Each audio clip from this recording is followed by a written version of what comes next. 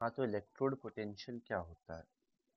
Electrode potential होता है जब कोई एक मेटल इलेक्ट्रोड को आप सबमर्ज करते हैं उसके रिस्पेक्टिव इलेक्ट्रोलाइटिक सॉल्यूशन में, तो एक पोटेंशियल डिफरेंस डेवलप होता है मेटल इलेक्ट्रोड और सॉल्यूशन में प्रेजेंट आयंस के बीच। उसको उस पोटेंशियल डिफरेंस को उस पोटेंशियल ग्रेडियंट को इलेक्ट्रोड पोटेंशियल कहते हैं। और इलेक्ट्रोड पोटेंशियल किन चीज़ों पे डिपेंड होता है? इलेक्ट्रोड पोटेंशियल डिपेंड होता है कंसंट्रेशन ऑफ सॉल्यूशन पे, नेचर ऑफ मेटल पे, नेचर ऑफ इलेक्ट्रोलाइट पे, प्रेशर और टेम्परेचर कंडीशंस पे। इन सभी कंडीशंस पे इलेक्ट्रोड पोटेंशियल डिपेंड होता है। ईएमएफ या ई सेल क्या होता है? ईएमएफ होता है इलेक्ट्रोमोटिव फोर्स। इलेक्ट्रोमोटिव फोर्स मतलब इलेक्ट्रॉन को चलाने वाला जो फोर्स होता है, इलेक्ट्रॉन को मोशन में लाने वाला फोर्स, इलेक्ट्रोमोटिव फोर्स। अब जितना ज्यादा फोर्स होगा उतनी फास्ट वो इलेक्ट्रॉन्स मूव करेंगे। वो फोर्स ज़्यादा कैसे होगा? वो फोर्स ज़्यादा तब होगा जब ज़्यादा इलेक्ट्रॉन्स बनेंगे और ज़्यादा इलेक्ट्रॉन्स एक्सेप्ट होंगे। ज़्यादा इलेक्ट्रॉन्स कब बनेंगे? ज़्यादा इलेक्ट्रॉन्स तब बनेंगे जब जिंक साइड का या एनोडिक चेंबर में ज़्यादा ऑक्सीडेशन होगा, तो ज़्यादा इलेक्ट्रॉन्स बनेंगे। और ज़्यादा इलेक्ट्रॉन्स एक्सेप्ट कब होंगे? जब कैथोडिक चेंबर में इलेक्ट्रॉन्स या कॉपर ज़्यादा इलेक्ट्रॉन्स एक्सेप्ट करेगा। तो इलेक्ट्रॉन्स का अगर फ्लो फास्ट होगा तो करंट का कंडक्शन फास्ट होगा, तो ईएमएफ जो है ई सेल वो ज्यादा हो। मतलब एनोडिक चेंबर में इलेक्ट्रॉन ज्यादा बनने चाहिए और कैथोडिक चेंबर में इलेक्ट्रॉन ज्यादा एक्सेप्ट होने चाहिए, ये दोनों होना चाहिए, तभी जाके ईएमएफ बढ़ा हुआ मिलेगा। तो वो किस चीज पे डिपेंड करती है कि कितना ऑक्सीडाइज होने की टेंडेंसी है, किसकी? एनोड की या एनोडिक चेंबर में कितना ऑक्सीडाइज होने की टेंडेंसी है, उसी को कहते हैं ऑक्सीडेशन पोटेंशियल। वहीं कैथोडिक चेंबर में कितना रिड्यूस होने की टेंडेंसी है, उसी को कहते हैं रिडक्शन पोटेंशियल। तो हमें देखना पड़ेगा ये जो ई ऑफ ऑक्सीडेशन मतलब ईएमएफ ऑक्सीडेशन कहाँ का? एनोडिक चेंबर का। और वहीं ई ऑफ रिडक्शन मतलब ईएमएफ कहाँ? रिडक्शन देखना कहाँ पे? कैथोड। तो एनोड पार्ट में कितना ऑक्सीडेशन हो रहा है और कैथोड पार्ट में कितना रिडक्शन हो रहा है, इन दोनों को मिलाए तब हमें मिलता है ईएमएफ ऑफ द सेल। और नॉट का मतलब है कि ये स्टैंडर्ड कंडीशंस पे होता है। और गैल्वेनिक सेल के लिए देखें तो इसकी वैल्यू 1.10 वोल्ट्स आती है। हाँ, तो फाइनली अपने को इतना याद रखना है कि E naught of the cell is E naught of oxidation at anode plus E naught of reduction at cathode. Oxidation potential लेना है एनोड का, रिडक्शन पोटेंशियल लेना है कैथोड का, ये दोनों लेना है। तो ये ई नॉट ऑफ दिस आएगा। ई नॉट ऑफ ऑक्सीडेशन मतलब स्टैंडर्ड ऑक्सीडेशन पोटेंशियल लेना है एनोड का और स्टैंडर्ड रिडक्शन पोटेंशियल लेना है कैथोड का। आगे बढ़ते हैं गिब्स फ्री एनर्जी पे। गिब्स फ्री एनर्जी क्या होता है? गिब्स फ्री एनर्जी होता है delta G minus of work done useful. और यहाँ यूजफुल वर्क क्या है? वही वर्क यूजफुल है जो इलेक्ट्रिकल वर्क किया गया है। जितना इलेक्ट्रिकल वर्क किया गया वो यूजफुल वर्क है। इलेक्ट्रिकल वर्क को रिप्रेजेंट कैसे करेंगे? इलेक्ट्रिकल वर्क को रिप्रेजेंट करेंगे इलेक्ट्रिक पोटेंशियल, जो हम बता चुके, electrode potential into total charge. Electrode potential को लिखेंगे ई ऑफ सेल और टोटल चार्ज को रिप्रेजेंट करेंगे एन इंटू एफ से। एन है कितने नंबर ऑफ इलेक्ट्रॉन्स ट्रांसफर किए और एफ है फराडे। एक फराडे होता है 96,500 कूलम।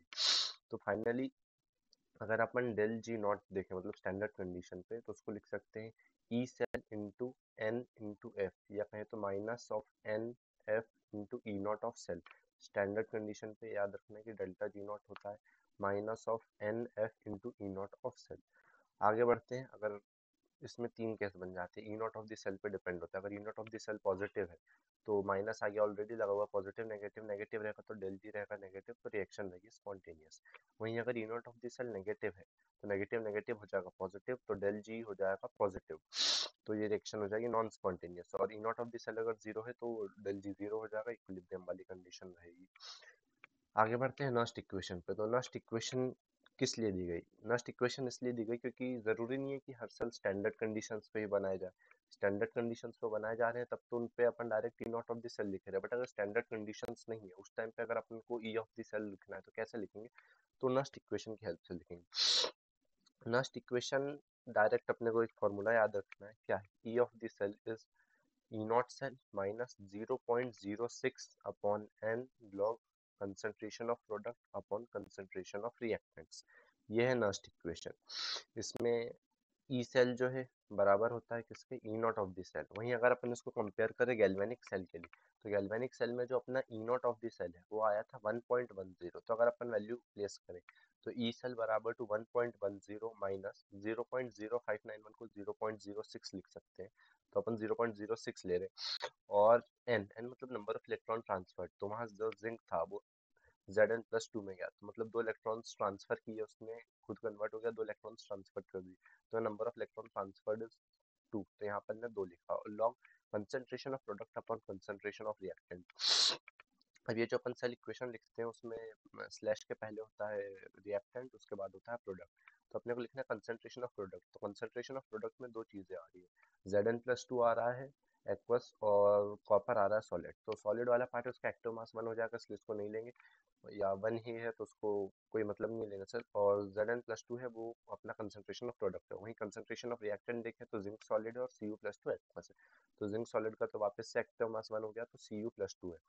तो अगर गैल्वेनिक सेल के लिए देखें तो ई सेल आएगा, E naught of the cell जो 1.10 है, तो ई सेल अपन लिखेंगे 1.10 minus 0.06/2 log concentration of zinc upon concentration of कॉपर+2।